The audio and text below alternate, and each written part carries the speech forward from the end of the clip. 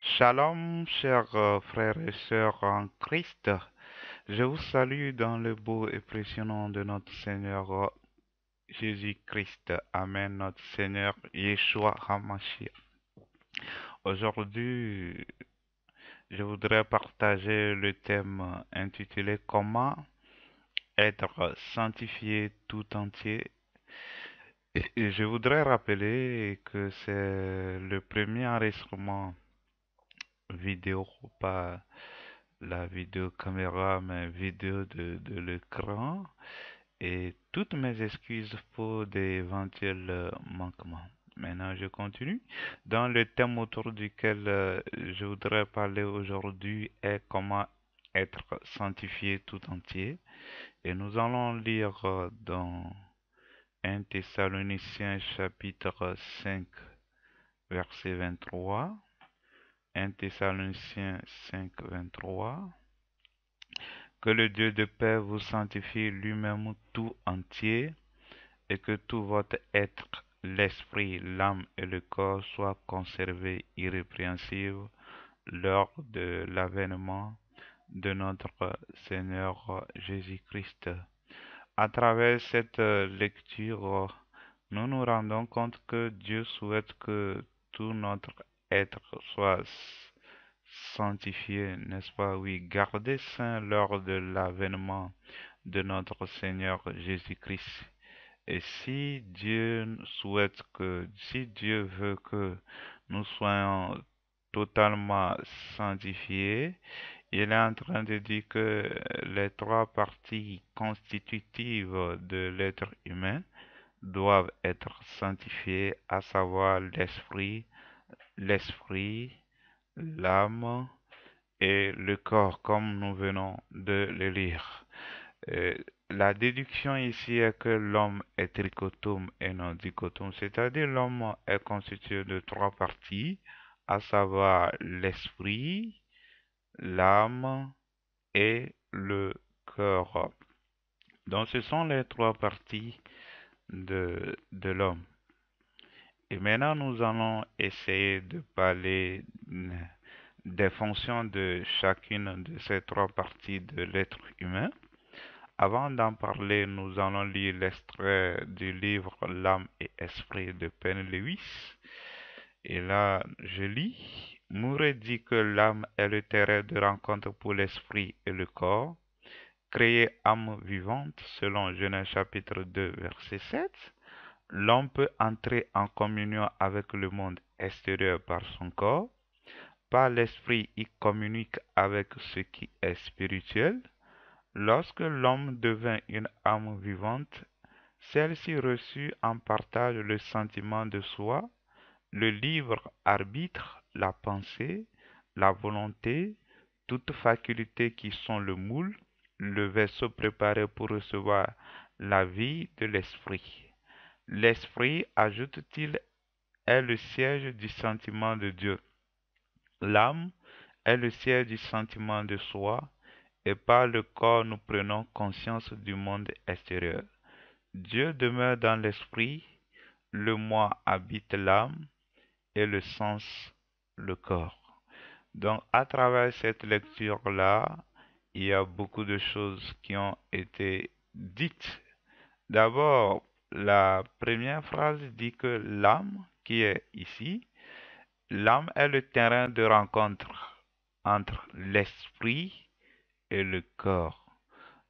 L'âme est donc placée entre l'esprit et le corps.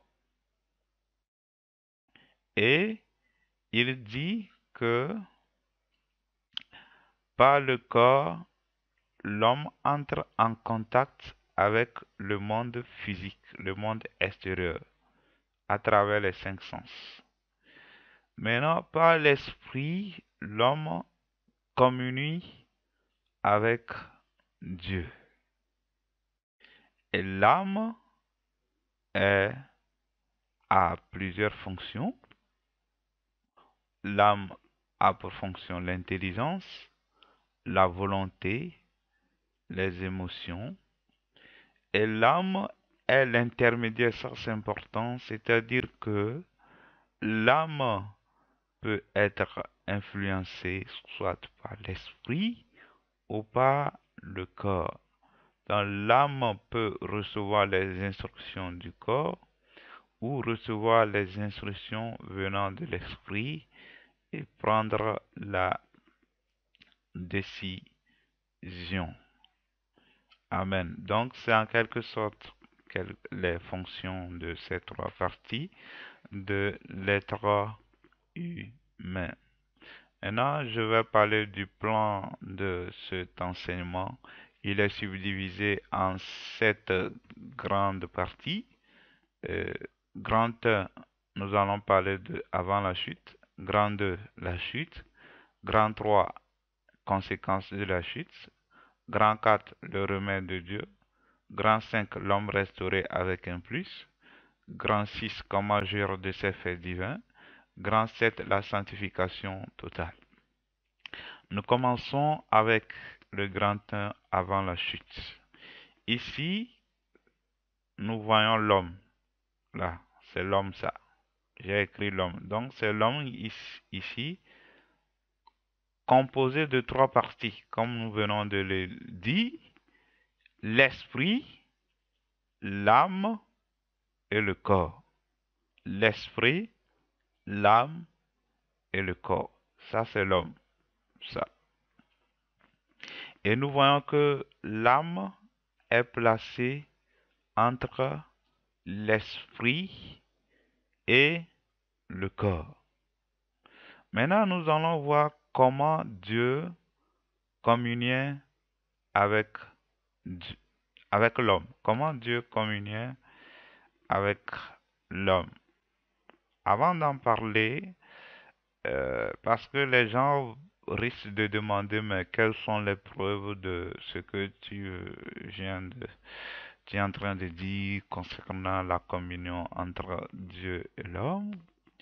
Je vais parler d'un passage biblique qui dit que l'esprit dit à mon esprit. Donc là, l'apôtre Paul disait que le Saint-Esprit qui est Dieu dit à mon esprit. Voilà, il ne dit pas, il dit à mon âme, mais il dit à mon esprit. Donc, il est en train de nous révéler comment Dieu parle à notre esprit.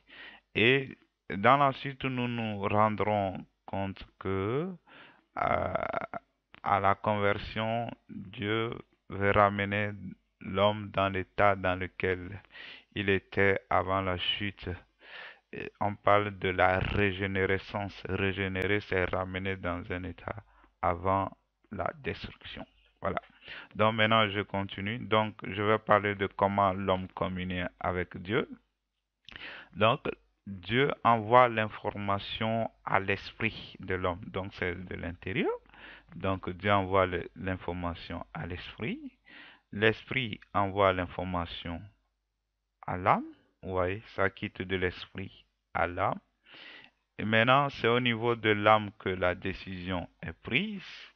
Quand la décision est prise, alors le corps agit. Donc, l'information quitte de l'âme vers le corps. Et le corps est l'élément qui s'occupe d'exécuter les instructions venant de l'âme.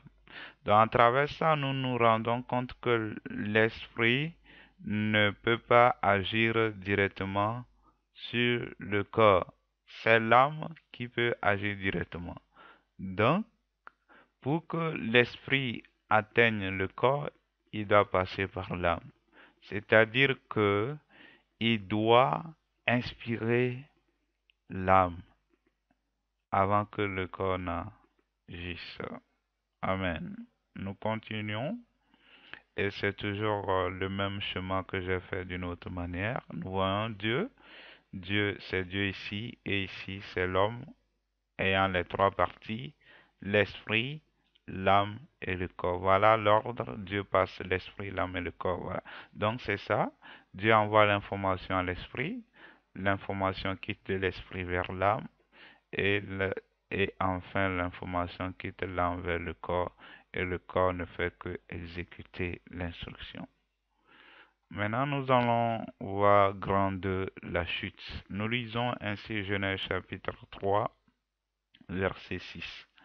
La femme vit que l'arbre était bon à manger et agréable à la vue, et qu'il était précieux pour ouvrir l'intelligence. Elle prit de son fruit et en mangea. Elle en donna aussi à son mari qui était auprès d'elle, et il en mangea. Amen. Ici, la Bible nous dit que la femme vit que l'arbre était bon à manger. Le fait de dire que la femme vit que l'arbre était bon à manger, on, on- la Bible nous parle de deux choses, ou Dieu nous parle de deux choses, que ce n'est pas simplement que la femme, avec ses yeux, a regardé les fruits. La Bible dit, vit que l'arbre était bon à manger. C'est-à-dire que la femme a regardé le fruit et elle a pensé que le fruit est bon à manger. Vous voyez? Donc, elle a regardé par les yeux et puis elle a pensé. Elle a regardé, elle a pensé. Et si vous vous rappelez du schéma, maintenant, l'ordre n'est plus de l'esprit vers l'âme, mais c'est plutôt du corps vers l'âme. Voilà. Ici, on a essayé de schématiser Satan avec un serpent, et c'est le serpent qui est à l'origine du renversement de l'ordre, dont le diable est créateur du désordre, spécialiste en désordre. Donc, il est venu renverser les choses. Il a changé le mode de fonctionnement que Dieu a mis en place pour l'homme. Le mode de fonctionnement de l'être humain a été changé par Satan, le serpent ancien, ou le dragon. Donc, au lieu que la femme reçoive l'instruction c'est-à-dire l'âme de l'être humain reçoit l'instruction de l'esprit, ce n'est plus ça. Ça reçoit de, du corps, des sens. Vous voyez? Donc l'âme est plutôt influencée par le corps. Et voilà ce que l'homme est devenu. Maintenant, nous allons voir d'une manière schématique la manière dont les choses se sont passées. Nous avons notre fameux homme ici, ayant les trois parties, bien sûr, avant la chute, c'était ça. Et puis nous avons Satan. Alors, comment les choses se passent? Satan a envoyé l'information vers l'homme. Mais à quelle partie? Ce n'est pas l'esprit, c'est l'âme. Oui, bon. Les gens vont demander les preuves. On ne va pas toujours chercher à donner les preuves. Donc, l'information a quitté Satan vers l'âme. Ça peut être le corps, c'est-à-dire lui a parlé d'une manière audible, je ne sais pas. Donc, et puis, en lisant ici le livre de Ben Lewis, ils ont dit que Satan parlait à l'âme. Bon, ça peut être vrai. Soit c'est l'âme ou le corps. On choisit l'un ou l'autre. Ce n'est pas aussi un problème. Mais essayons de comprendre les choses comme ça. Il peut y avoir d'autres preuves, mais je n'ai pas encore pris le temps pour chercher toutes ces preuves. On revient après. Donc, Satan parle à l'homme par l'âme. Et qu'est-ce qui se passe dans la suite? Là, j'ai fait une erreur. Satan parle à l'homme par l'âme et par la suite, vous voyez. Maintenant, l'âme envoie l'information au corps. C'est-à-dire que quand Satan a dit que Dieu sait que le jour que vous mangerez, vous serez comme des dieux. Alors, qu'est-ce qui s'est passé? La femme a accepté l'information. Comme nous disons que la pensée, c'est au niveau de l'âme, elle a accepté en pensant. Et le fait de penser, elle a décidé de regarder. Donc, l'information quitte l'âme vers le corps. Elle décide de regarder avec le corps. Et quand elle a regardé, qu'est-ce qui s'est passé? La Bible dit que elle a vu que l'arbre était bon à manger, ou le fruit est bon à manger. Donc maintenant, l'ordre est renversé, l'information quitte du corps vers l'âme. Avant la chute, c'était de l'esprit vers l'âme, mais maintenant, c'est du corps vers l'âme. Voilà, à partir du point 3 commence le mode de fonctionnement de l'être humain qu'on appelle l'homme charnel ou le vieil homme. Mode de fonctionnement de l'être humain à partir du point 3. L'information quitte du corps vers l'âme.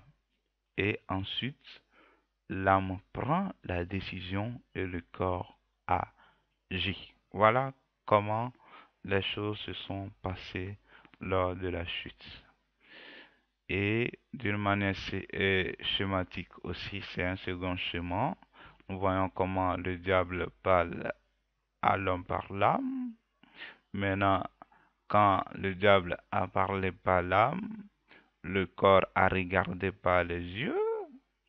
Et maintenant, quand le corps a regardé, la Bible dit que la femme vit que le fruit est bon à manger, c'est-à-dire qu'elle a regardé puis elle a pensé, c'est passé du corps à l'âme.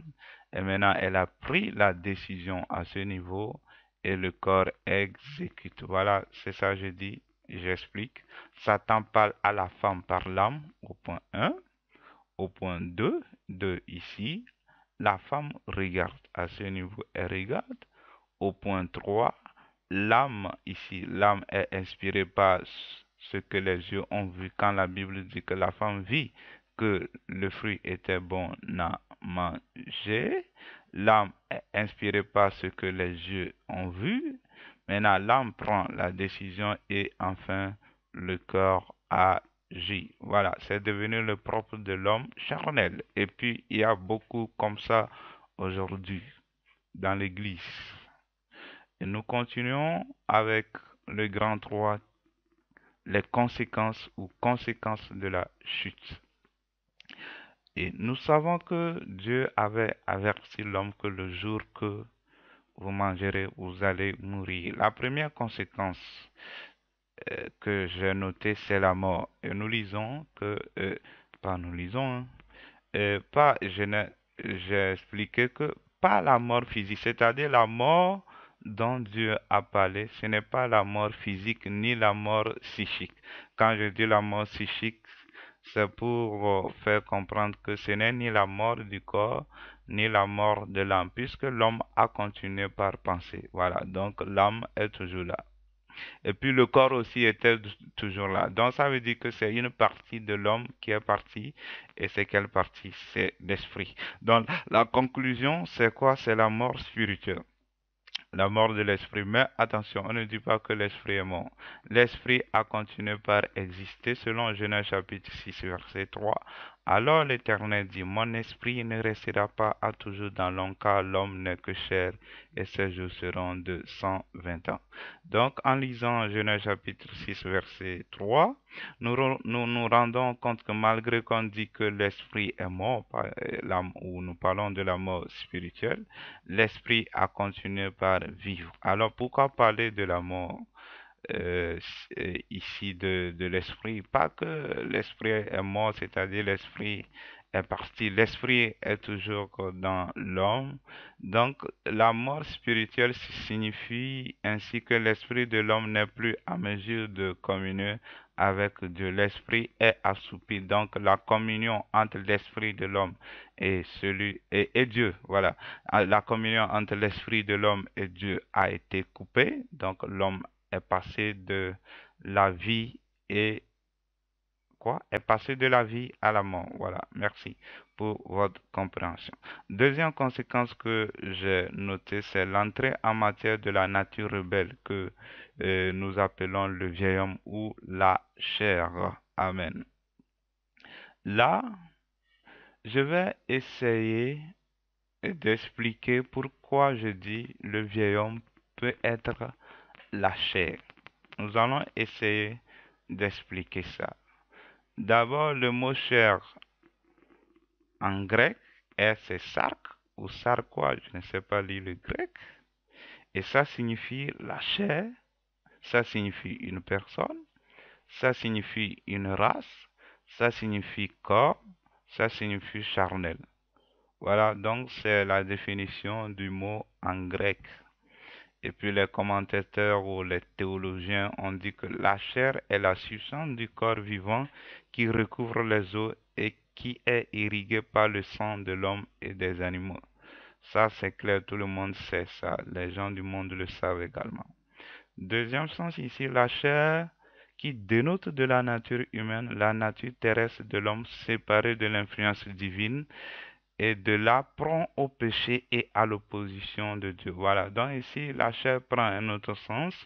Ici, il nous est dit que la chair, c'est la nature humaine séparée de Dieu, et séparée de l'influence divine, qui n'est plus en communion avec Dieu et qui est prompt à commettre le péché. Voilà, donc à ne faire que le mal. Donc, bref, la chair est soit le corps. Voilà, donc la chair, je pense que a un sens propre et un sens figuré. Et la chair est soit le corps, troisième composant de l'homme, soit la nature humaine déchue. Donc, la chair a plusieurs sens. Le sens dépendra du contexte dans lequel le terme chair a été prononcé. Amen. Dans certains passages bibliques nous donnera des sens supplémentaires. Donc, je pense même que, à part la définition qui a été donnée ici, la Bible nous donne d'autres sens supplémentaires au terme chair. Nous lisons ainsi Matthieu chapitre 16, verset 17. Jésus reprenant la parole dit, tu es heureux Simon, fils de Jonas, car ce ne sont pas la chair et le sang qui t'ont révélé cela, mais c'est mon Père qui est dans les cieux. Amen. Donc, selon le discours de Jésus-Christ ici, il veut nous faire comprendre que la chair peut révéler des choses aux gens. Parce qu'il a dit ce n'est pas la chair et le sang qui t'ont révélé ça. Donc, la chair peut révéler des choses aux gens. C'est-à-dire, la chair peut pousser l'homme à penser et agir. Et cela ne vient pas de Dieu. La chair peut donner des pensées à l'homme. Voilà, c'est ce que je dis. Et si c'était la chair, Jésus allait dire à Simon, Pierre, que tu es malheureux. Voilà. Donc, si Simon était inspiré par la chair, Jésus allait dire, tu es malheureux. C'est le contraire de heureux. Ce qui vient de la chair est mauvais. Voilà. Il n'y a rien de bon pour la chair. On ne cueille pas de bons fruits sur un mauvais arbre. Voilà, c'est les citations de Jésus-Christ. Vous voyez, Caïn a offert les produits de champ à Dieu, mais Dieu les a rejetés. Est-ce que le produit de champ est mauvais? Non, pas que c'est mauvais. C'est Dieu qui les a créés. C'est parce que ça vient de la chair. Voilà. Ici, la chair, c'est l'ancienne nature, c'est le vieil homme. Je suis en train de comparer Caïn à l'ancienne nature. Donc, tout ce que nous donnons à Dieu et qui vient de la chair, Dieu rejette. Que ça soit une bonne chose, il rejette. Caïn, son offrande a été rejetée. Pas que l'offrande est mauvaise, c'est Dieu qui l'a créée quand même. Mais c'est parce que Caïn était mauvais. Pour résumer, tout ce qui vient de la chair est mauvais. C'est ça. Nous lisons Jean chapitre 1, verset 13. Je pense que c'est la continuité du verset 12. Lesquels sont nés, non du sang, ni de la volonté de la chair, ni la volonté de l'homme, mais de Dieu. Amen. Donc ici, nous nous rendons compte que la chair a sa propre volonté, parce qu'on dit ni de la volonté de la chair. Maintenant, nous lisons aussi Romains chapitre 5, 7, verset 25. Grâce soit rendue à Dieu par Jésus-Christ notre Seigneur. Ainsi donc, moi-même, je suis par l'entendement esclave de la loi de Dieu, et je suis par la chair esclave de la loi du péché. Donc ici, la chair est considérée comme l'ancienne nature qui est esclave du péché. Et là, c'est l'ancienne nature qui est esclave du péché que nous appelons le vieil homme.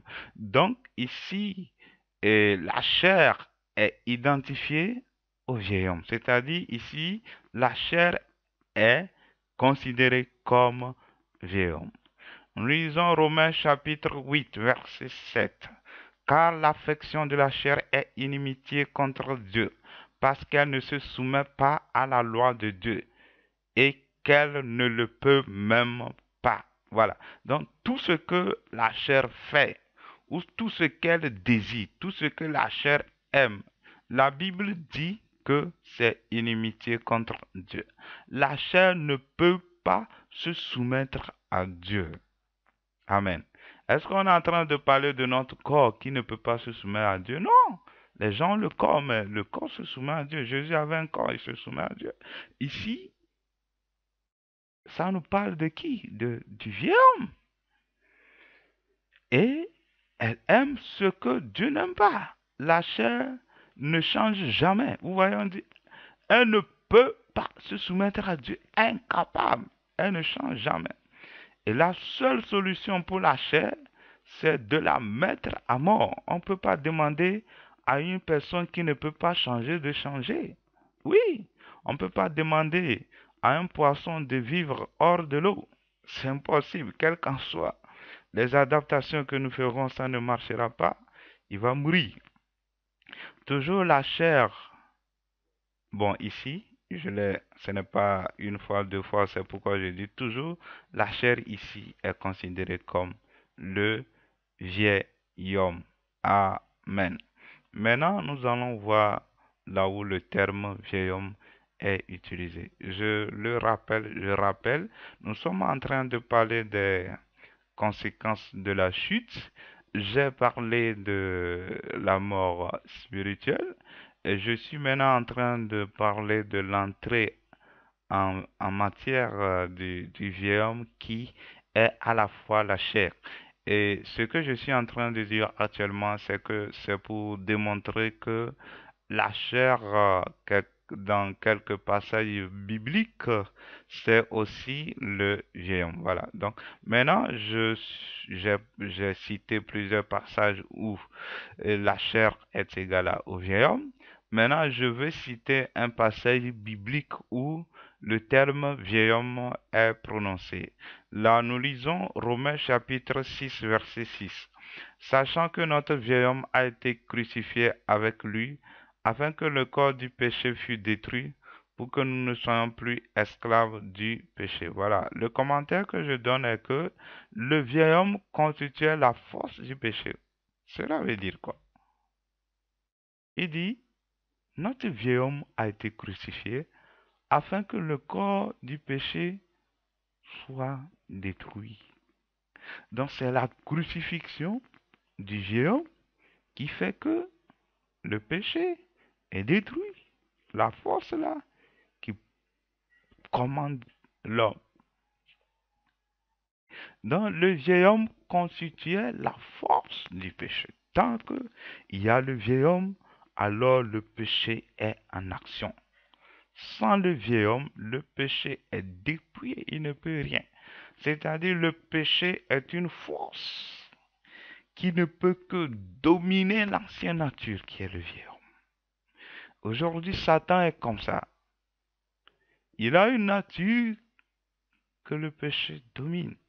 Satan, lui aussi, qu'on ne se trompe pas, est esclave du péché. Si vous êtes souvent attaqué par les démons et autres, vous allez vous rendre compte que finalement, ces êtres-là sont esclaves du péché. C'est-à-dire que s'ils ne font pas le mal, c'est comme ils ne sont pas à l'aise. Ils ne sont pas...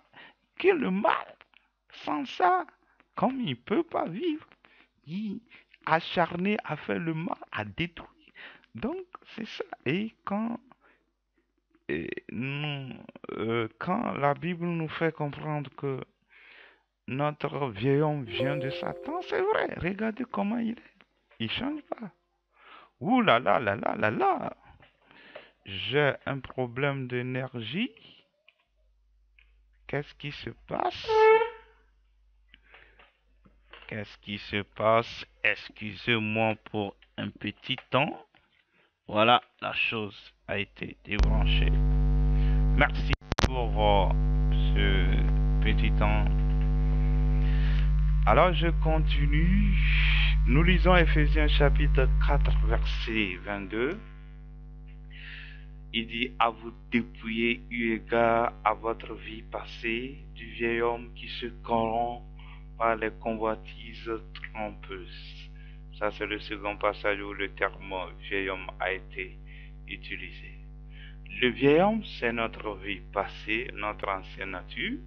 Colossiens 3, 9 aussi nous dit, ne mentez point, ne mentez pas les uns aux autres, vous étant dépouillés du vieil homme et de ses œuvres. Amen.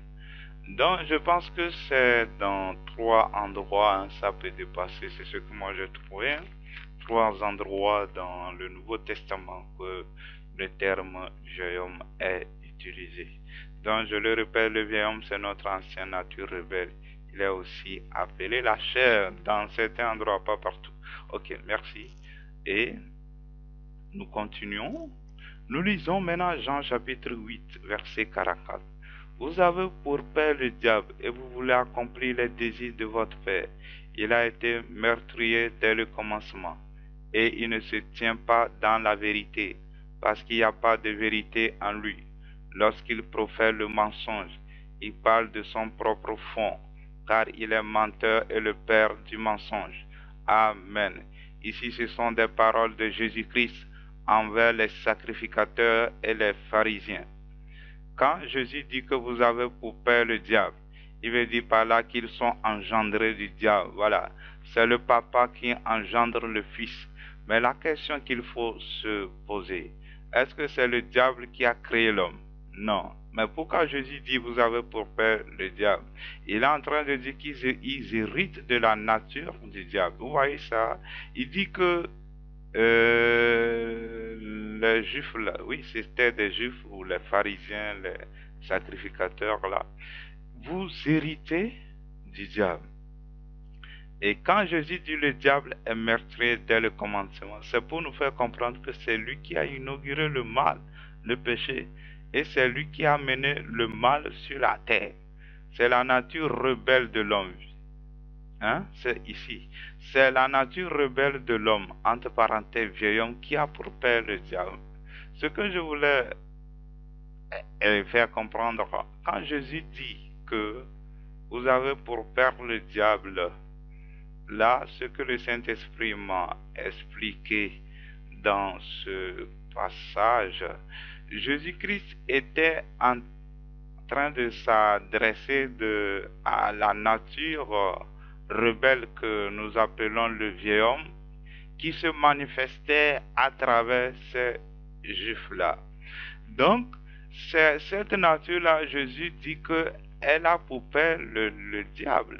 Les juifs n'ont pas pour père le diable. Leur père est Abraham, leur père est Dieu, comme ils l'ont dit. Mais la nature qui œuvrait à travers eux et ils ne voulaient pas accepter Jésus, ils ne voulaient pas croire, ils ont rejeté même Jean-Baptiste, ces gens-là, et Jésus s'adressait à cette nature-là et dit qu'elle a pour père le diable. Donc ici, c'est le Seigneur Jésus-Christ lui-même qui nous explique les choses au mieux que la nature rebelle que nous appelons le vieil homme qui œuvre dans l'homme et vient du diable. Amen. Et le désir du vieil homme, c'est-à-dire l'ancienne nature, c'est de commettre le péché. Donc, moi, je vois une différence entre le péché et le vieil homme. Certains disent c'est la même chose pour chacun à sa manière de comprendre les choses. Moi, je vois la différence entre la nature, parce que on commet le péché, et il y a une nature en nous qui pousse, qui est faible, qui ne peut pas résister au péché. Ce qui me permet de parler de la troisième conséquence de la chute qui est le péché, pas les péchés. Je parle du péché. Nous lisons ainsi Jean chapitre 1 verset 29. Le lendemain, il vit Jésus venant à lui et il dit, voici l'agneau de Dieu qui ôte le péché du monde. Voilà, donc ici, Jean-Baptiste ne dit pas qu'il ôte les péchés, mais il dit il ôte le péché, il enlève. Enlever, c'est qu'il déracine. Et quel est ce péché? C'est le vol, le mensonge, l'incrédulité, etc. Non, il dit c'est le péché du monde.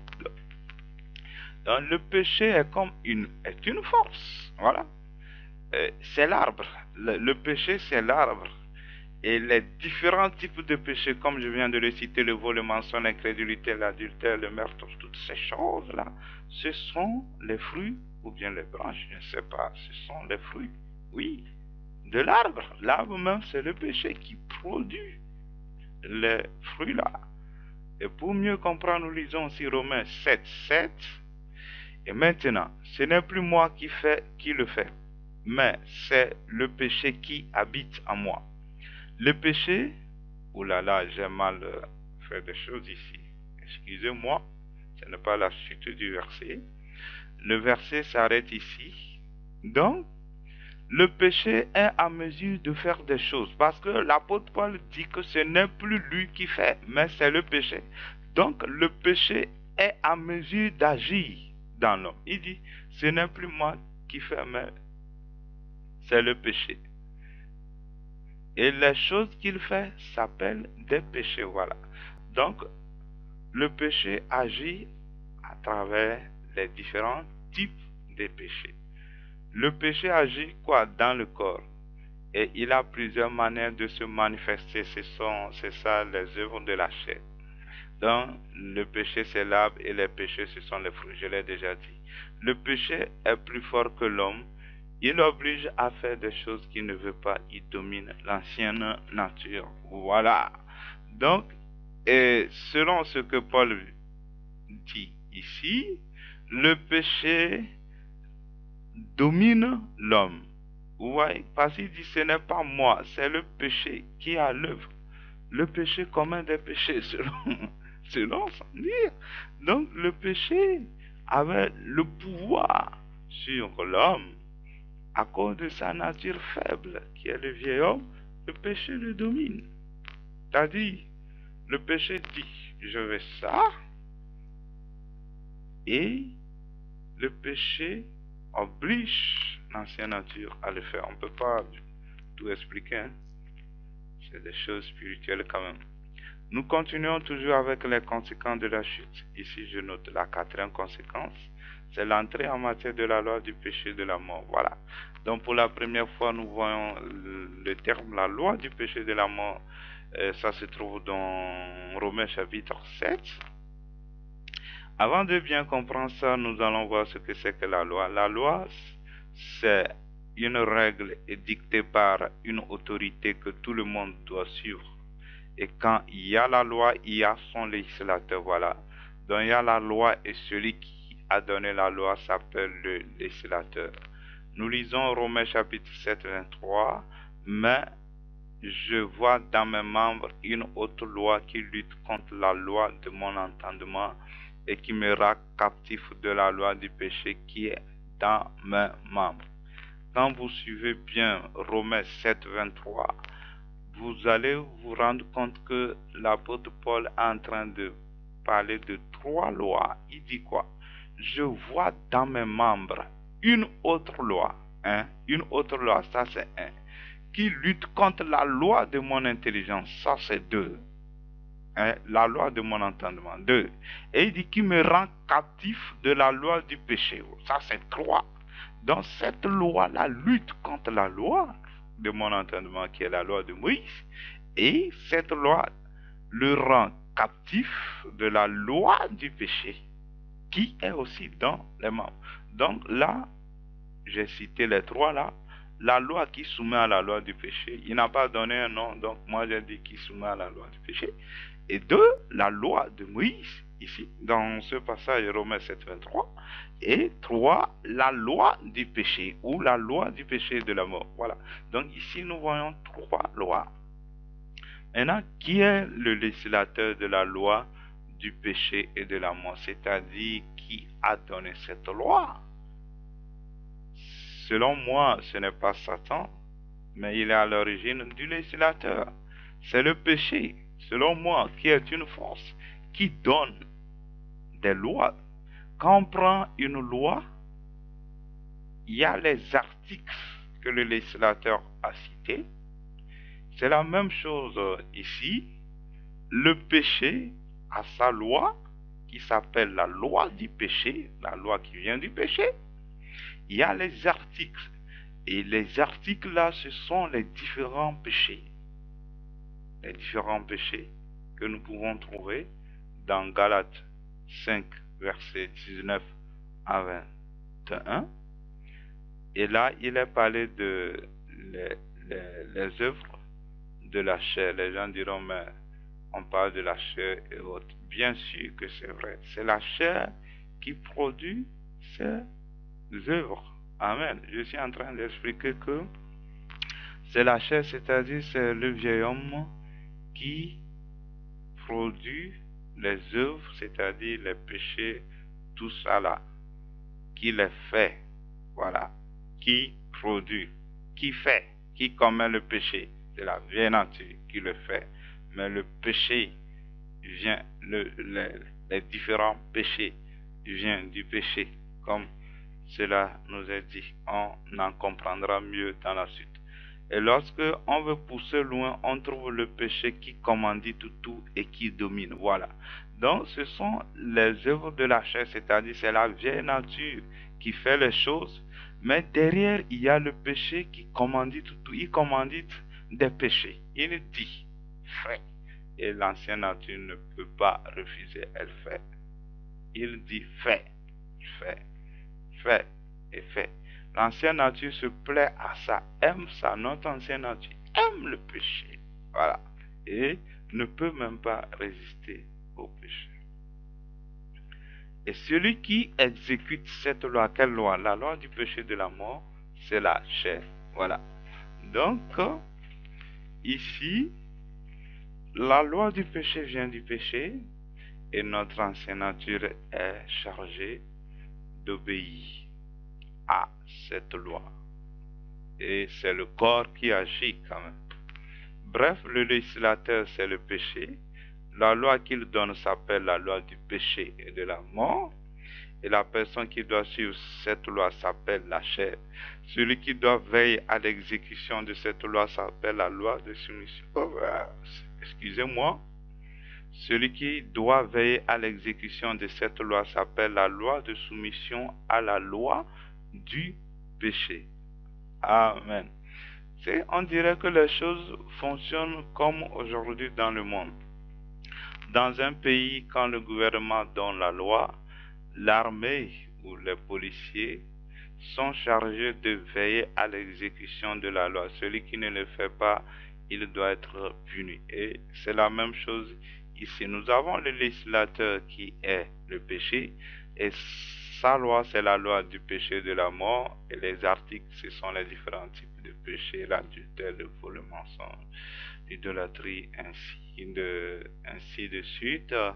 Maintenant, il y a celui-là qui se charge de veiller à l'exécution de cette loi et c'est lui j'ai appelé la loi de soumission à la loi du péché, à la loi du péché. Voilà, ça se trouve bien dans Romains chapitre 7, verset 23. Cette loi-là qui lutte contre la loi de Dieu, qui fait tout pour que notre nature rebelle fasse ce que le péché souhaite. Amen.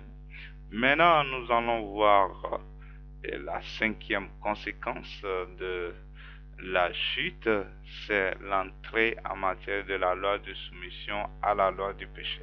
Donc, j'ai déjà même expliqué la loi de soumission à la loi du péché, mais c'est pour vraiment l'énumérer comme aussi une des conséquences de la chute, c'est-à-dire l'entrée en matière de la loi de soumission à la loi de péché. Voilà. Et pour résumer, le péché est une force qui habite l'homme depuis après la chute. C'est cette force qui pousse l'homme à commettre des péchés. Le vieil homme est esclave du péché. La nature adamique est esclave du péché.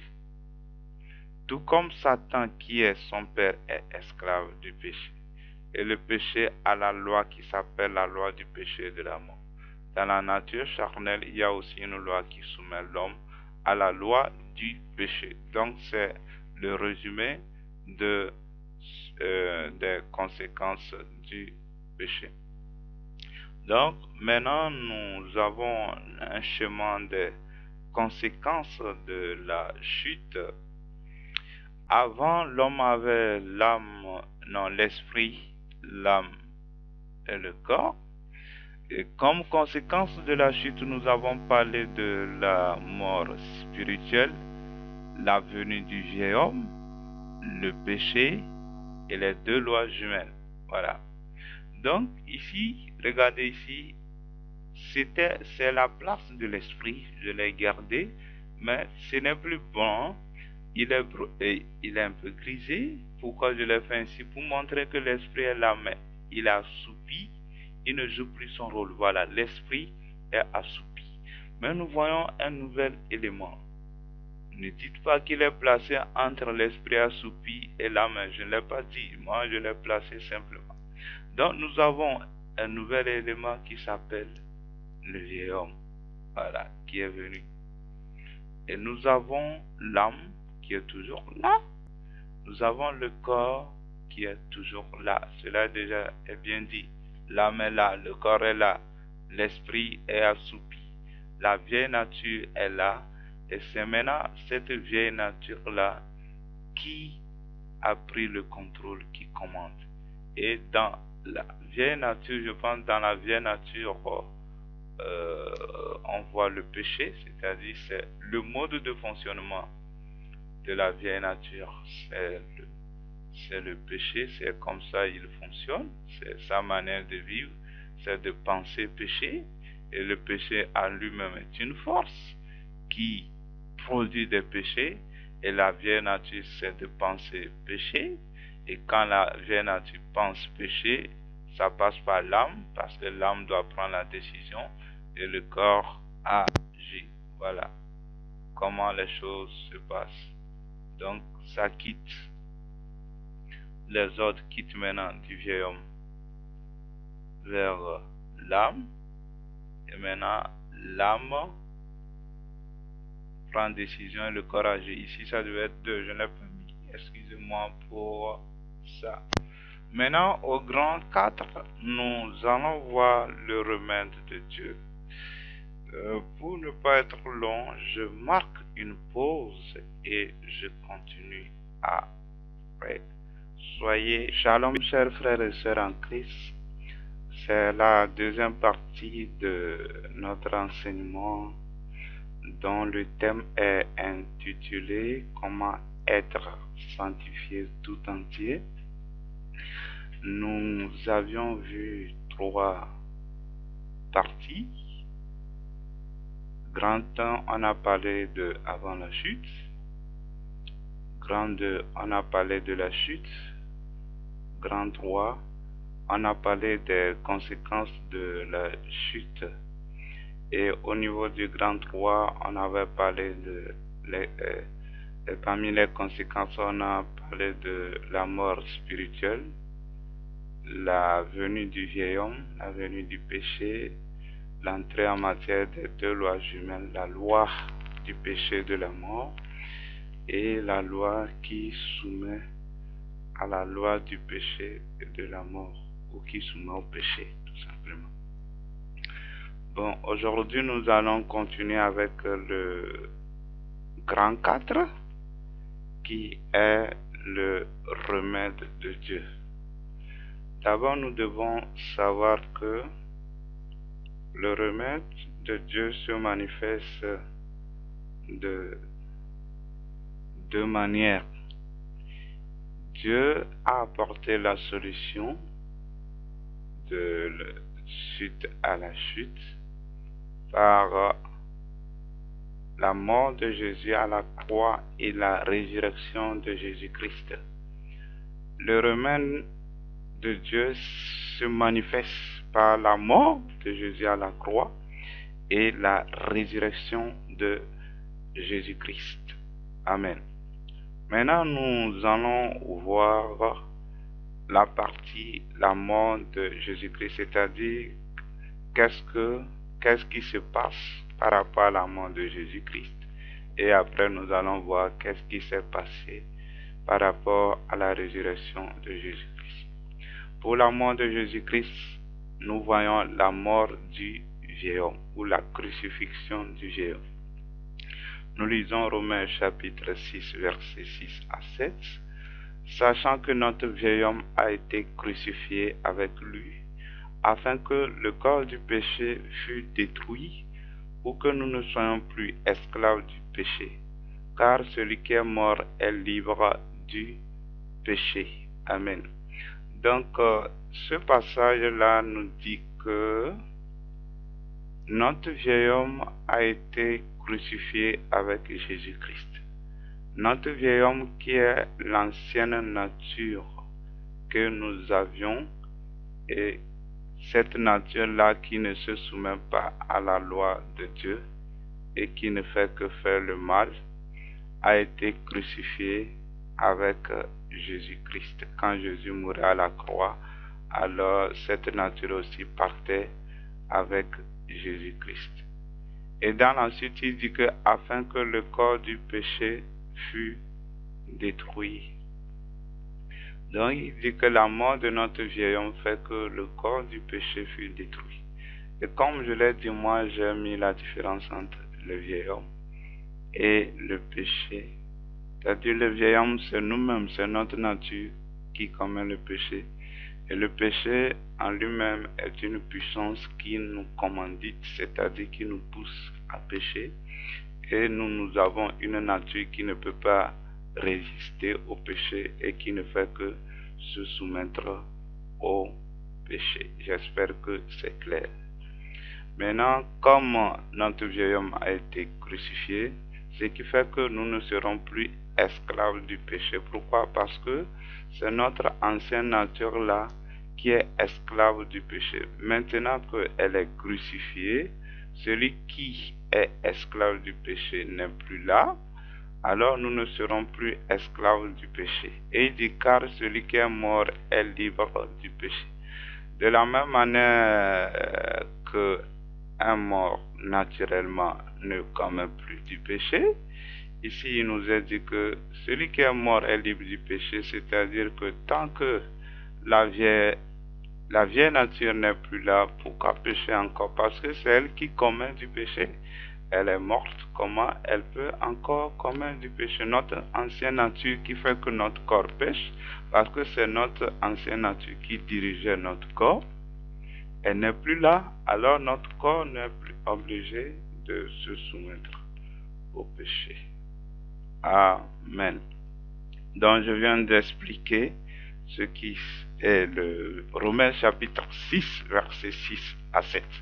Donc, suite à la mort de Jésus-Christ, nous avons la mort du vieil homme. Deuxième chose, nous avons la condamnation du péché. Nous le retrouvons dans Romains chapitre 8, verset 3.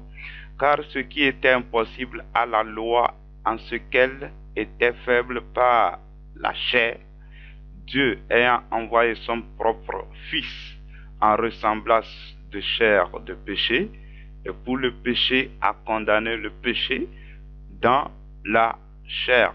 Amen.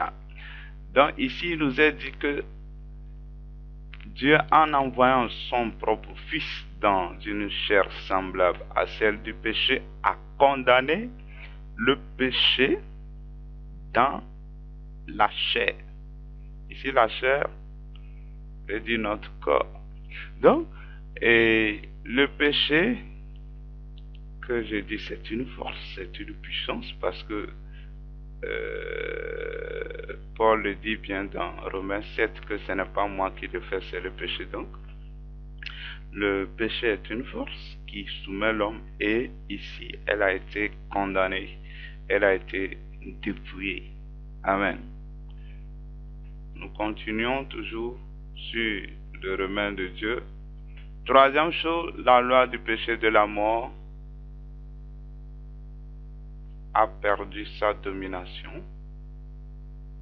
Voilà, la loi du péché et de la mort a perdu sa domination ou son influence. En effet, la loi de l'esprit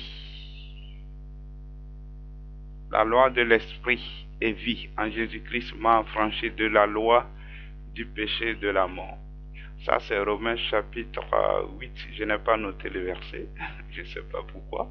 Donc, Romains 8, verset 2, j'espère. Donc, ici, il nous est dit que la loi de l'esprit de vie en Jésus-Christ m'a affranchi de la loi du péché et de la mort. Donc, maintenant, nous sommes affranchis de cette loi du péché. C'est ça, je dis. Si on est affranchi de quelqu'un, donc, la personne perd sa domination. Nous sommes affranchis de la loi du péché et de la mort. Quatrième chose, suite à la mort de Jésus-Christ, la loi de soumission à la loi du péché et de la mort a perdu aussi sa domination.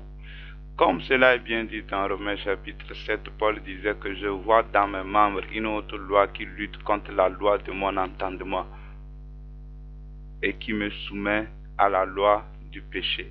Donc, il y a une autre loi qui soumet à la loi du péché de la mort. Cette loi aussi a perdu son influence parce qu'elle ne fonctionne que lorsqu'il y a la loi du péché. Parce que son rôle est de pousser l'homme à se soumettre à la loi du péché de la mort. Quand il n'y a pas la loi du péché de la mort, la loi là va te soumettre à quoi? Donc, sa présence aussi n'est plus efficace. Il n'y a plus un rôle à jouer pour cette loi-là.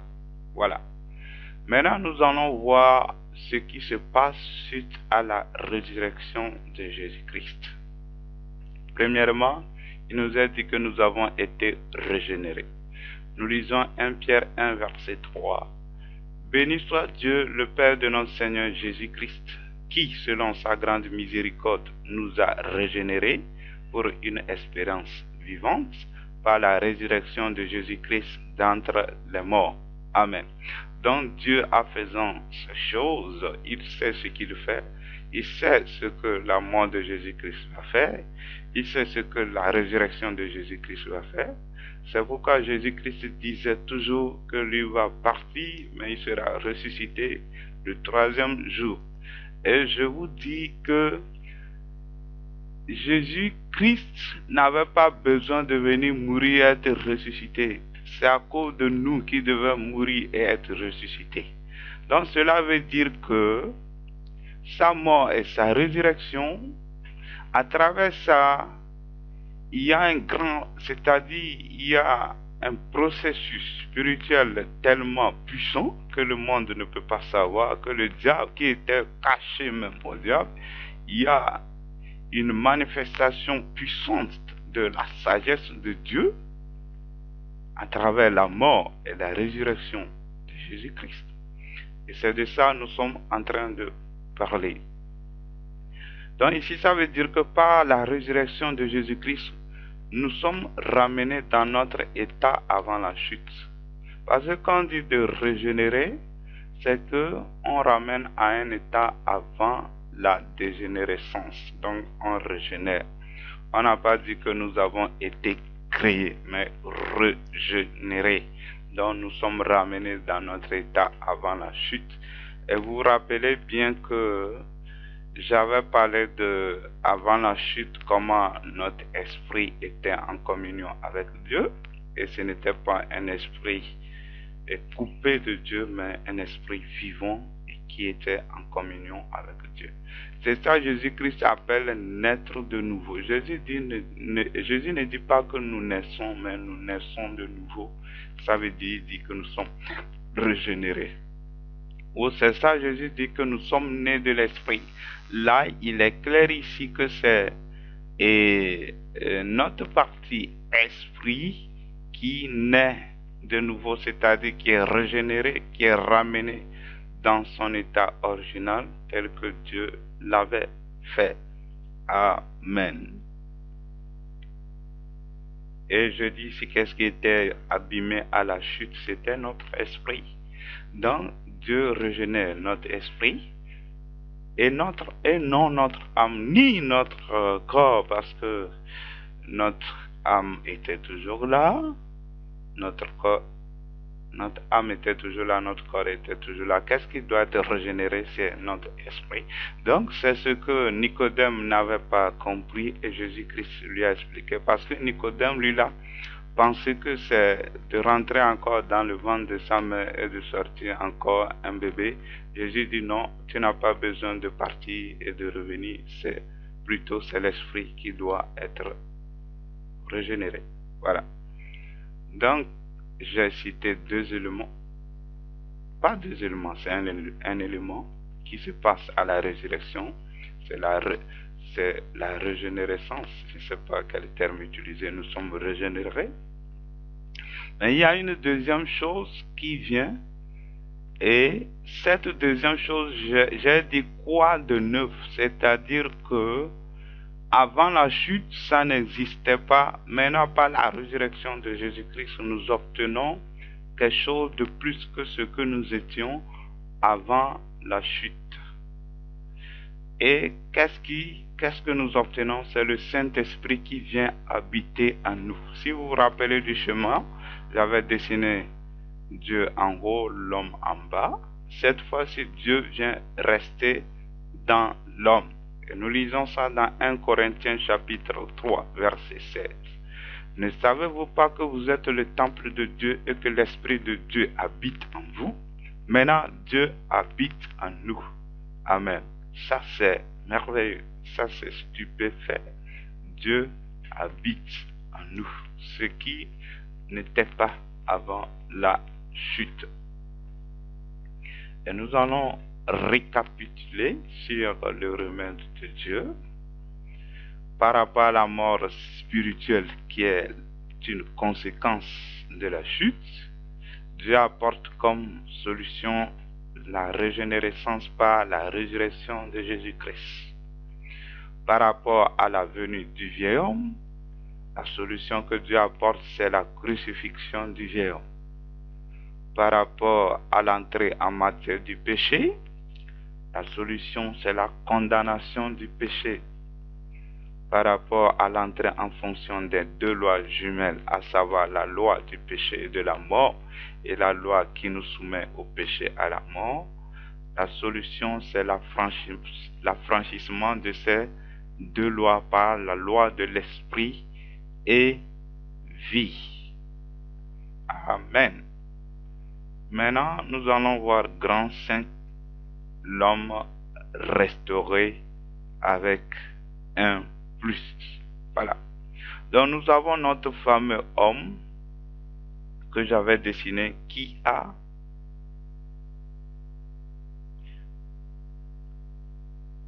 notre fameux homme. Voilà. Ici c'est l'âme, ici c'est le corps. Ils sont restés intégral avant la chute et après la chute. Et il y avait le vieil homme à la chute et il y avait notre esprit qui était assoupi. Mais quand l'homme naît de nouveau, alors il est restauré mais avec un plus. Pourquoi je dis restauré avec un plus? Restauré avec un plus, c'est du fait que notre esprit, c'est lui ça? Notre esprit qui était mort revient en vie, régénéré. Notre âme est là, notre corps est là, voilà. Maintenant, qu'est-ce qui vient de plus? C'est le Saint-Esprit ici, voilà. Dieu habite cette fois-ci en nous. Donc c'est le Saint-Esprit. Donc il y a quelque chose de nouveau qui se passe. C'est pourquoi Dieu dit, je fais toutes choses nouvelles. Amen. Voilà.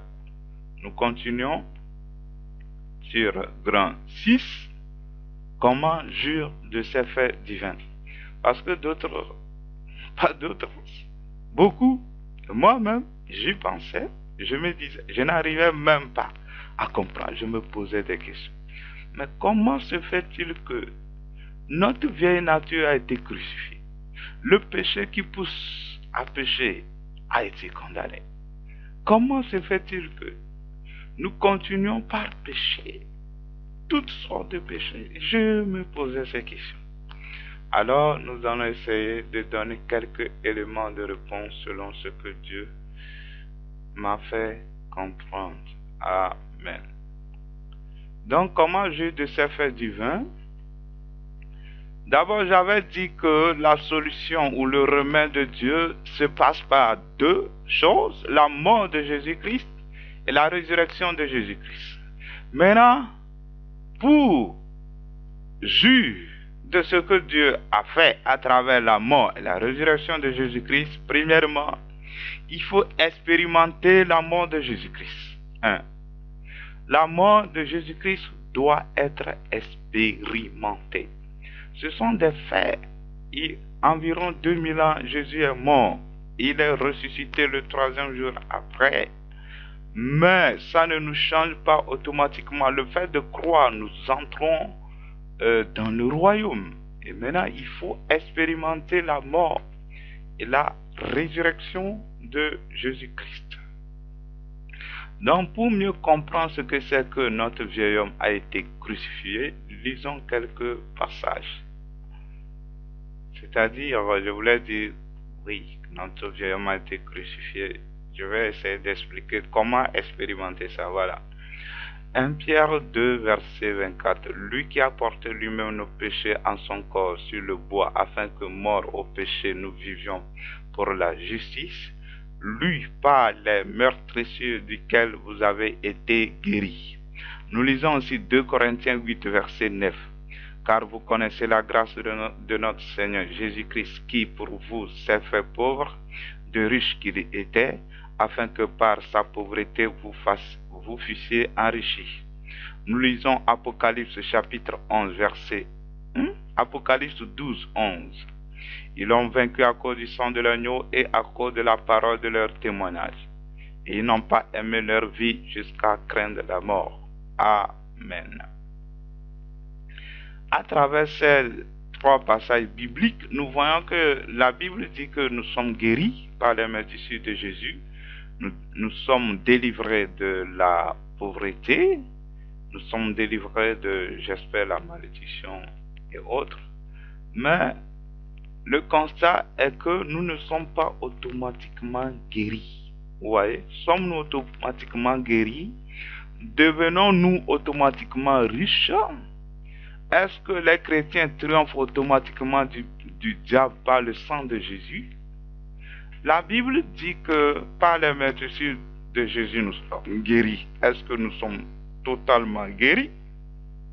La Bible dit que nous sommes délivrés de la pauvreté. Est-ce qu'il n'y a pas de chrétiens pauvres? La Bible dit que nous triomphons du diable par le sang de Jésus. Est-ce que nous triomphons? Même par des prières, il arrive que nous ne triomphons pas, que le diable nous triomphe. Alors, qu'est-ce qui se passe? Pourtant, la Bible dit que nous l'avons déjà vaincu. C'est le passé composé. Donc, ça veut dire qu'à travers ça, le Seigneur veut nous enseigner quelque chose. À toutes ces questions, la réponse est non. Nous ne sommes pas automatiquement guéris. Il faut prier. Des fois, même en priant, on n'est pas guéri. Voilà. Alors que c'est un fait. Il est dit que nous sommes guéris. Il n'est pas dit que de prier pour avoir la guérison. Même pour avoir la guérison, nous devons prier avec la foi. Vous voyez? La Bible dit que nous sommes guéris. Mais pour être guéri, il faut poser un acte. Donc, ici, le Seigneur veut nous parler de les potentialités que nous avons et la jouissance de ces potentialités. Donc ne prenons pas le passé composé que nous avons sur la terre pour le comparer au passé composé de Dieu. Cela est carrément différent. Donc, ici, quand il est dit que nous sommes guéris, ce sont les potentialités à travers la mort de Jésus-Christ. Et maintenant, il faut l'expérimenter. Ça ne vient pas automatiquement. C'est la même chose pour le diable. Il a été vaincu par la mort de Jésus. Mais nous ne le vaincons pas automatiquement. Il faut expérimenter cette victoire en posant des actes. Donc, comme je l'ai dit, nous voyons ici le droit qui est un fait historique. Donc, Dieu nous donne un droit, c'est une potentialité. Et la jouissance qui doit avoir lieu à un autre temps, à une autre époque. Voilà. Donc, le droit nous est donné. de vaincre le péché, de crucifier le vieil homme. C'est le droit pour nous, mais nous devons expérimenter cette crucifixion. Donc, la mort de Jésus est un fait qui s'accompagne de plusieurs choses, parmi lesquelles figure la crucifixion du vieil homme. Quand Jésus est mort, il y a beaucoup de choses qui se passent, mais moi je voudrais mettre l'accent sur la crucifixion du vieil homme. Expérimenter ces choses demande la foi agissante. Expérimenter la mort ou la croix, expérimenter la croix ou la mort du vieil homme demande la foi et la détermination. Remarquez que sans le fait historique, nous ne pouvons pas expérimenter ces retombées. Je suis en train de dire que sans la mort de Jésus-Christ, nous ne pouvons pas expérimenter la mort du vieil homme, c'est-à-dire la délivrance totale du vieil homme. Donc il a fallu qu'il meure pour qu'il y ait la potentialité et que nous allons expérimenter. C'est la raison pour laquelle Paul dit dans Galates 5, verset 24 que ceux qui sont en Jésus-Christ ont crucifié la chair. Alors que c'est lui-même qui dit dans Romains 6 que notre vieil homme a été crucifié. Vous voyez? Il dit dans Romains 6 le vieil homme a été crucifié. Il dit dans Galates 5, 24 que c'est nous-mêmes qui crucifions. On dirait qu'il se contredit, non. Donc ici, c'est pour nous enseigner que Dieu a crucifié le vieil homme. Mais ça ne veut pas dire qu'il ne va pas nous dominer.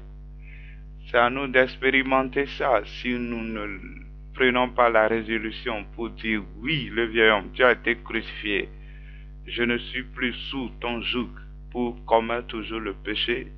Tu vas le commettre. Il va te dominer. Donc il faut croire. C'est pourquoi la Bible dit nous sommes sauvés par la foi. Tout passe par la foi. Tu crois, tu agis. La foi agissante par amour. C'est ça. C'est la foi agissante. Romains 6, 11 dit quoi? Vous aussi, considérez-vous comme morts au péché, mais vivant à Dieu en Jésus-Christ notre Seigneur. C'est version Osterwald. Ici, la Bible nous dit que le vieil homme a été crucifié, le péché a été condamné, mais nous devons nous considérer comme morts au péché. En bon?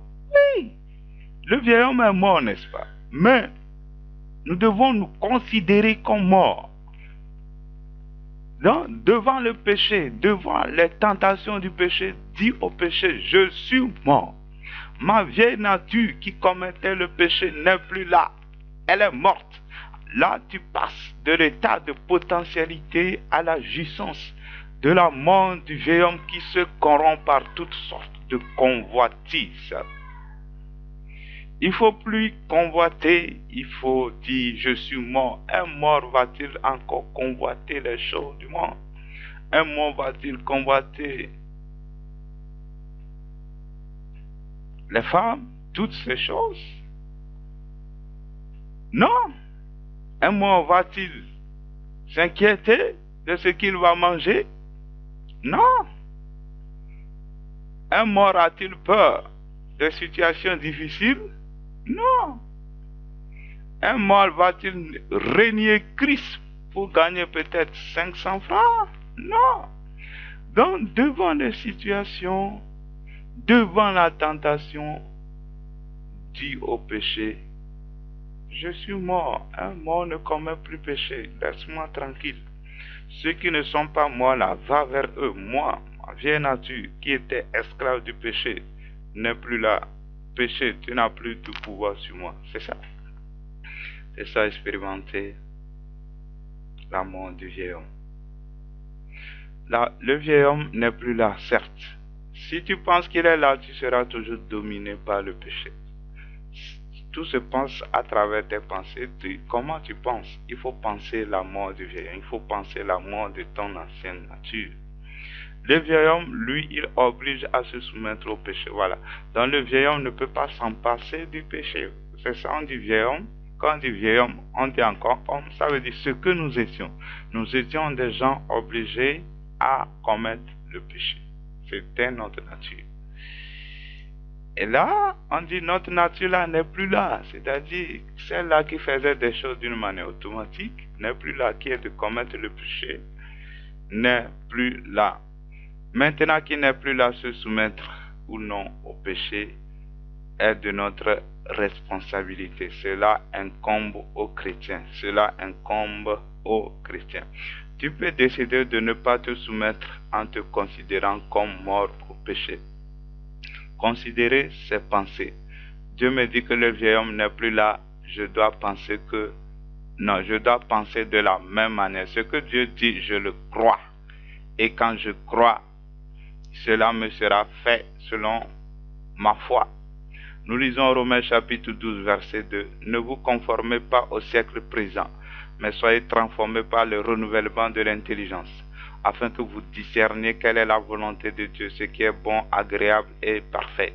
Donc il faut changer la manière de penser. Avant, on pensait que le vieil homme est là, bien qu'il est déjà crucifié il y a 2000 ans environ. Voilà. Donc avant, nous pensions qu'il est là. Et quand le péché est là, bon, nous tombons dedans. Parce que tu penses que le vieil homme est là. Cette fois-ci, non. Dis que le vieil homme n'est pas là. Je ne peux plus commettre le péché. Quand tu es sur la route et tu veux convoiter les choses, alors dis, ah, je suis mort. J'ai oublié que je suis mort. Voilà. Donc tu as oublié ou tu ne crois pas. Il faut penser, ah, je suis mort. Je suis mort. C'est une détermination. À cause de l'amour pour Dieu. Quand le péché frappe à la porte, ne lui ouvre pas la porte. Dis-lui, la porte est fermée. Cette porte est réservée à Jésus-Christ. Amen. Elle n'est pas réservée au péché. Dis-lui que tu es mort. Je suis mort. Voilà. N'entre pas ici. Tu cherches quoi? Je suis mort. Tu ne domines que ceux qui sont vivants. Ton ancienne nature qui pêche n'est plus là. Comment tu vas encore pécher? Voilà. Comment tu vas encore pécher? Amen. Ce n'est plus possible. Un mort ne pêche plus. Ce n'est plus possible. À une personne qui se considère comme mort de péché. Vous voyez ça? Donc, nous sommes responsables. Que Dieu nous aide. Si tu te tais, il va te dominer comme si le vieux homme est encore là. Oui. Si tu te tais, parce que c'est doux, le péché. C'est ça. C'est à cause de la douceur. La chair. À cause de ça, tu te laisses avoir. Et on est souillé, on regrette après. Galates 2:20. J'ai été crucifié avec Christ. Et si je vis, ce n'est plus moi qui vis. C'est Christ qui vit en moi. Si je vis maintenant dans la chair, je vis dans la foi au Fils de Dieu, qui m'a aimé et qui s'est livré lui-même pour moi. Voilà, ici Paul dit moi-même, c'est mon ancienne nature. Voilà. Quand il dit si je vis, ce n'est plus moi qui vis, c'est-à-dire moi qu'il dit c'est son ancienne nature. Elle n'est plus là, elle a été crucifiée avec Christ. Ce que Paul faisait, et il nous dit de faire de même, comme il le dit dans ses épîtres, d'être ses imitateurs. Lui, il a pu faire ça. Il n'est pas Jésus. Les gens vont dire Jésus, lui, il a vaincu le péché parce qu'il est Dieu. Voilà. Ici, ce n'est pas Jésus, c'est Paul qui était un mauvais type comme nous. Voilà. Voilà ce qu'il nous dit. Voilà ce qu'il a compris. Il dit que j'ai été crucifié avec Christ. Vous voyez? Donc, il est en train de nous dire comment expérimenter la crucifixion du vieil homme. Du fait que le vieil homme est crucifié, je l'expérimente en considérant que moi aussi, j'ai été crucifié avec Christ. Ça, c'est la croix, ça. Maintenant, l'autre étape est dit, si je vis, là, il est en train de dire, on quitte de la croix à la vie, c'est-à-dire à la résurrection. Maintenant, je vis. Je vis par la foi au Fils de Dieu. C'est-à-dire, tout ce que je fais, c'est ce qu'il me dit. Amen. Voici comment il expérimentait la croix. C'est la cessation totale de prendre les décisions par nous-mêmes. Voilà, c'est ce qui nous est dit.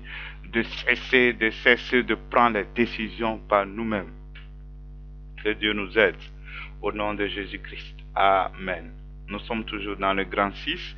Maintenant, je suis en train de donner un exemple concernant comment expérimenter la mort du vieil homme, l'expérience d'un aiglon dans une cage. Il y a cette expérience qui a été faite, une expérience a été faite sur un aiglon. Donc, qu'est-ce qui s'est passé? L'aiglon, on l'a mis dans une cage. Et quand il veut voler, il est bloqué. Quand il veut voler, il est bloqué. Alors, un jour, on sort l'aiglon de la cage. On le laisse de voler. Et il vole très bas. À un niveau bas. Pourquoi? Parce qu'il pensait qu'il est toujours dans la cage. Pourtant, alors qu'il a la possibilité de voler plus haut. C'est une potentialité qu'il a. Mais l'aiglon pensait qu'il est toujours dans la cage. Alors, il volait bas. Donc, c'est la même chose pour nous. Nous étions sous la domination de la vieille nature. Nous sommes maintenant libérés. Si nous pensons qu'elle est là, alors on va continuer par foutre les mêmes bêtises. Mais si nous pensons que la vieille nature n'est plus là, comment foutre? C'est logique, n'est-ce pas? Est-ce que quelqu'un a-t-il essayé, il a échoué? Non, c'est le fait que nous refusons d'essayer. Nous refusons de crucifier les vieux hommes. C'est tout. La potentialité est là, Dieu ne se trompe pas. Les gens l'ont expérimenté et ils nous demandent de le faire. Maintenant, nous allons voir comment expérimenter la résurrection de Jésus-Christ.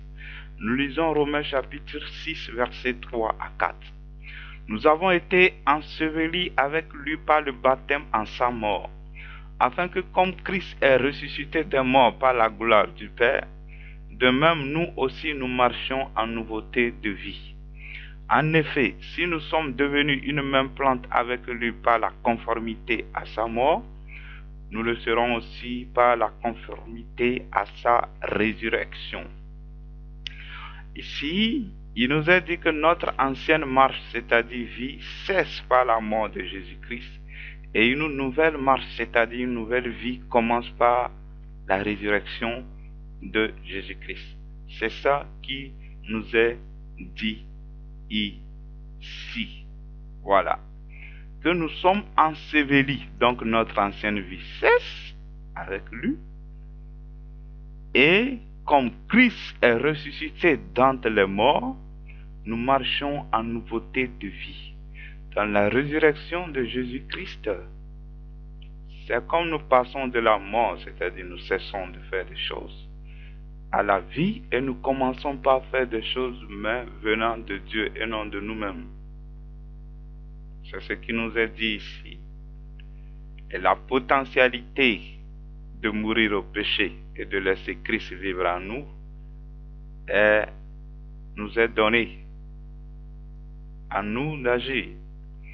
Galates 5,16. Je dis donc, marchez selon l'esprit et vous n'accomplirez pas les désirs de la chair. Amen. Donc cette fois-ci, on dit de marcher selon l'esprit et de ne pas accomplir les désirs de la chair.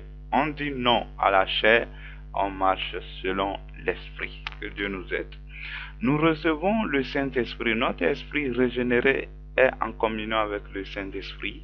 Selon 1 Corinthiens 6, 17, mais celui qui s'attache au Seigneur est avec lui, un seul esprit. Donc notre esprit est un avec le Saint-Esprit et nous devons marcher selon l'esprit. Voilà, notre esprit qui est en union, c'est-à-dire en communion avec le Saint-Esprit, qui reçoit les instructions du Saint-Esprit. Marcher selon les instructions du Saint-Esprit qu'on appelle la loi de l'esprit et vie. Voilà, dans l'esprit, ou le Saint-Esprit, je pense, à sa loi qu'on appelle la loi de l'esprit et vie, c'est-à-dire les instructions que l'esprit lui donne. Voilà. C'est aussi une décision, ça ne se passe pas automatiquement. Oui, le fait de vivre la résurrection de Dieu, c'est-à-dire écouter Dieu et agir, ne vient pas automatiquement.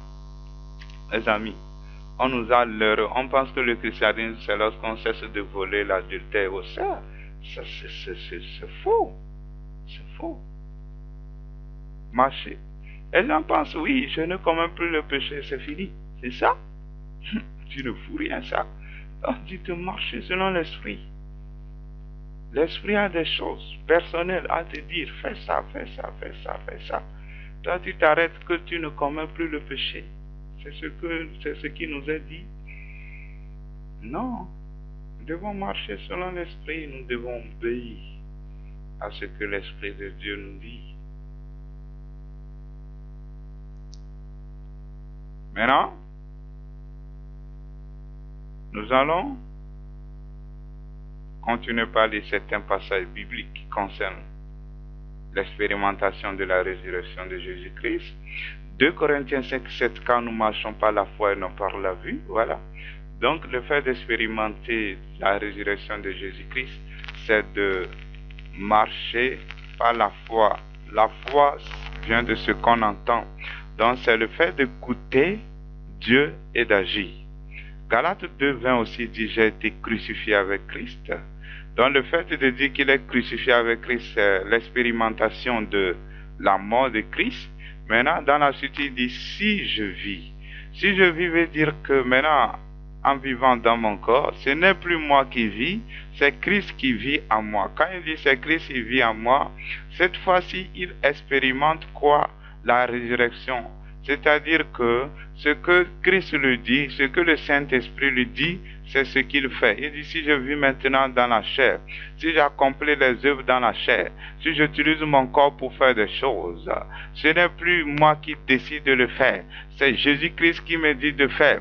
Je crois et j'agis. Je crois et j'obéis. Et dit, je vis dans la foi au Fils de Dieu qui m'a aimé. Comme la Bible l'a dit dans Romains chapitre 1, verset 17, que le juste vivra par la foi. Je vis dans la foi par le Fils de Dieu. La foi, ce n'est pas tout simplement tu as confessé Christ et tu vas à l'église. La foi dit, la foi se vit. Vivre par la foi. Ne pas vivre par la foi, on n'est pas chrétien. Ne pas vivre en se soumettant à Dieu, en se soumettant à ce que le Saint-Esprit nous dit. Ce n'est pas le christianisme, c'est du faux christianisme. Les gens aujourd'hui ont inventé beaucoup de choses pour flatter les gens, pour dire aux gens, à cause du sang de Jésus, c'est fini. On est sauvé une fois de bon.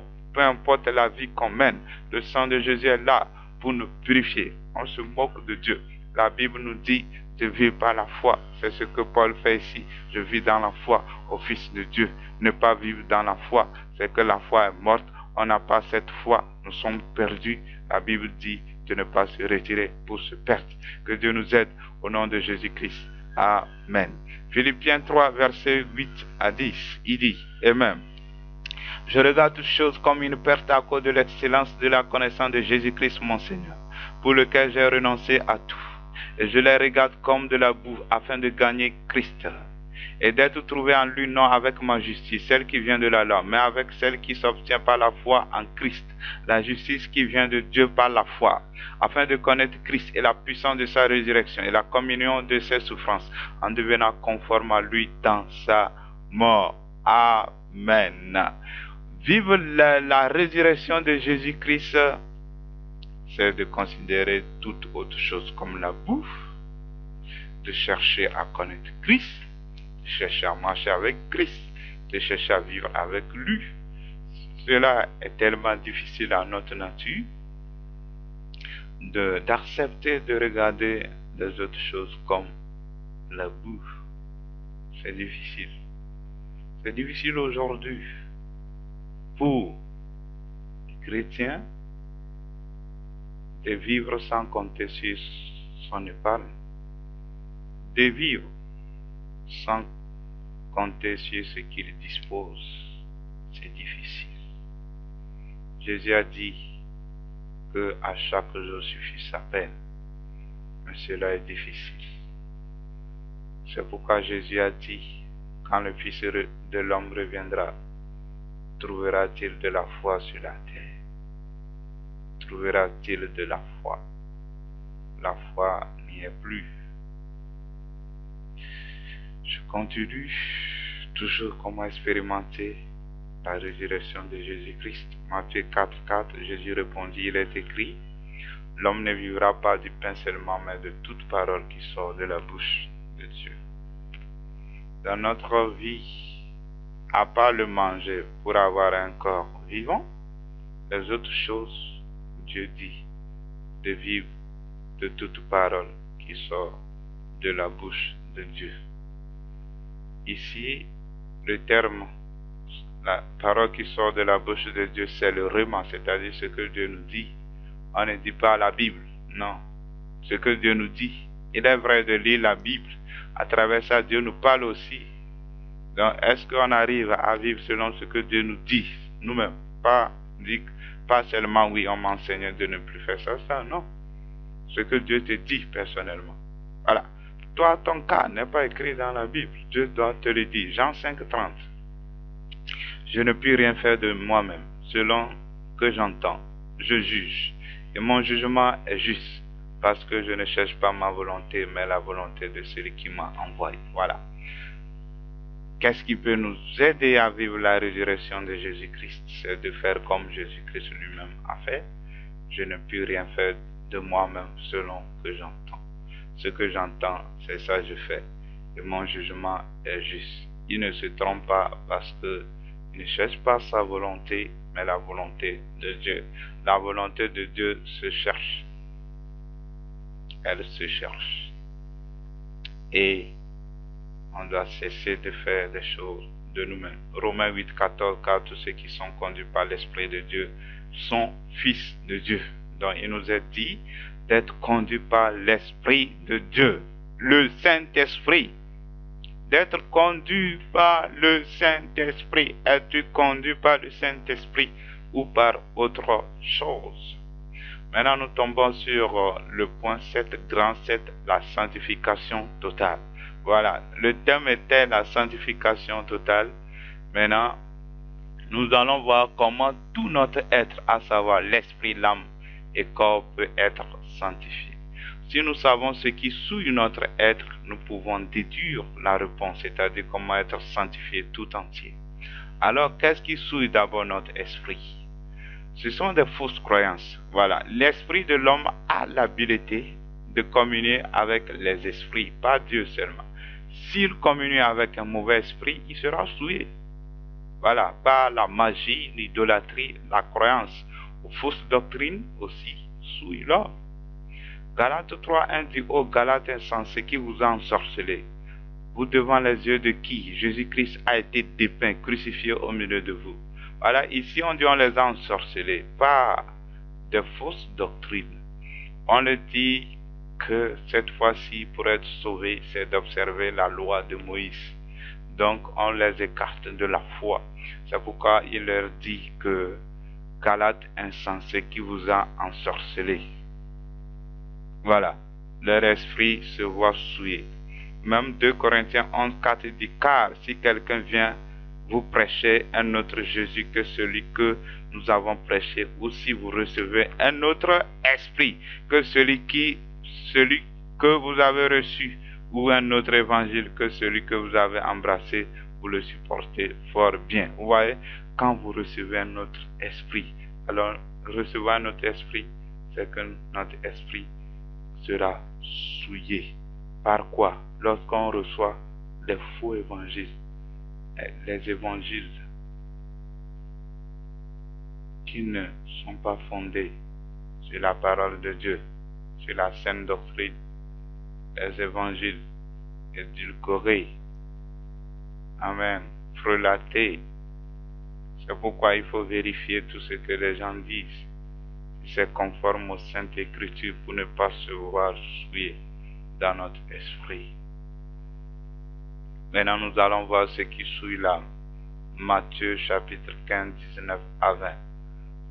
Car c'est du cœur que viennent les mauvaises pensées, les meurtres, les adultères, les impudicités, les vols, les faux témoignages, les calomnies. Voilà les choses qui souillent l'homme. Mais manger sans s'être lavé les mains, cela ne souille point l'homme. Vous voyez que quand Jésus a commencé, il a commencé par les mauvaises pensées. Ensuite, il parle des meurtres et autres. Les mauvaises pensées, c'est le domaine de l'âme et ça souille l'âme. Parce que je l'avais déjà dit dans la première partie, la fonction de l'âme, j'ai parlé de 3 fonctions de l'âme: les pensées, le raisonnement, la volonté et puis les émotions. Donc, C'est dans le domaine de l'âme qu'il y a les pensées. Et quand nous avons les mauvaises pensées, notre âme est souillée. Voilà. Donc, ici, les mauvaises pensées, ça souille l'âme. Maintenant, qu'est-ce qui souille notre corps? Matthieu 15, toujours 19 à 20. Car c'est du cœur que viennent les mauvaises pensées, toujours les meurtres. Quand on quitte des mauvaises pensées, avant d'agir, on pense, on tombe dans les péchés corporels. Les meurtres, c'est pas le corps. Adultère, le corps. Impudicité, le corps. Le vol, le corps. Faux témoignage, c'est pas la bouche. Les calomnies, c'est pas la bouche. Et ça souille l'homme. Jésus dit ça souille l'homme. Il n'a dit ni esprit, ni corps, homme. Moi, je suis en train de dire la partie de l'homme qui souille l'homme. Dans ces péchés qui sont les meurtres, les adultères, impudicité, vol, faux témoignage, les calomnies et autres, souillent le corps. Voilà. Ce sont les péchés commis par le corps qui souillent le corps. Qu'est-ce que j'ai dit ici? Mais quand nous ne péchons pas le corps, l'âme est déjà souillée parce que nous avons déjà eu la pensée avant de pécher. Donc, le fait de pécher par le corps, la plupart des cas, l'âme est déjà souillée parce qu'il y a déjà eu une mauvaise pensée. C'est pourquoi Jésus-Christ a dit que quiconque convoite une femme a déjà péché dans son cœur.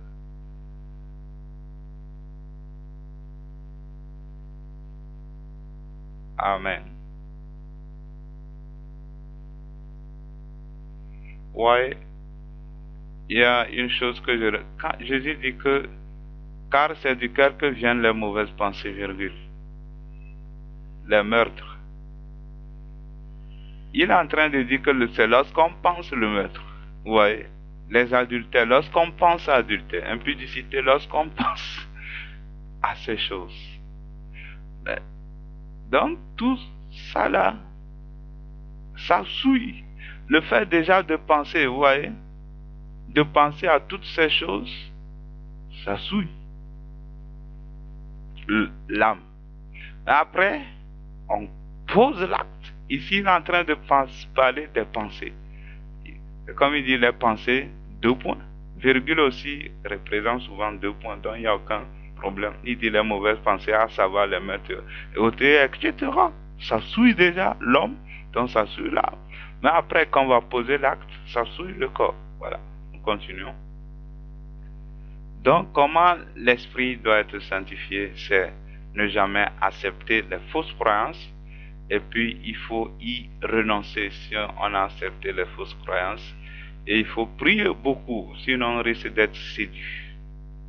Maintenant, comment notre âme peut être sanctifiée? Sanctification de l'âme, ça se passe par de rejeter les mauvaises pensées qui nous viennent, de penser selon l'esprit, voilà, de ne plus penser lorsque nous voyons. Quand tu penses selon ce que tu vois, l'âme se souille. C'est aussi de méditer la parole de Dieu, parce que la nature a horreur du vide. Quand tu ne médites pas la parole de Dieu, Satan t'injecte les mauvaises pensées. Maintenant, comment le corps peut être sanctifié? Tout simplement, nous allons lire Romains 6, 12 à 13, que le péché ne règne donc point dans vos corps mortels, et n'obéissez pas à ses convoitises. Ne livrez pas vos membres au péché comme des instruments d'iniquité, mais donnez-vous vous-même à Dieu comme étant vivants de mort que vous étiez, et offrez à Dieu vos membres comme des instruments de justice. Amen. Ici, pour que notre corps soit totalement sanctifié, Dieu nous dit de ne pas livrer notre corps au péché. Amen. Maintenant, je conclus la sanctification totale qui est vivre la croix et la résurrection nous sanctifie tout entier. Voilà. Donc tout l'enseignement du premier jusqu'à ici qui concerne du premier au 6, parce que c'est le 7e qui parle de la sanctification totale de 1 jusqu'à 6. Si nous le vivons, nous sanctifions notre esprit, notre âme et notre corps.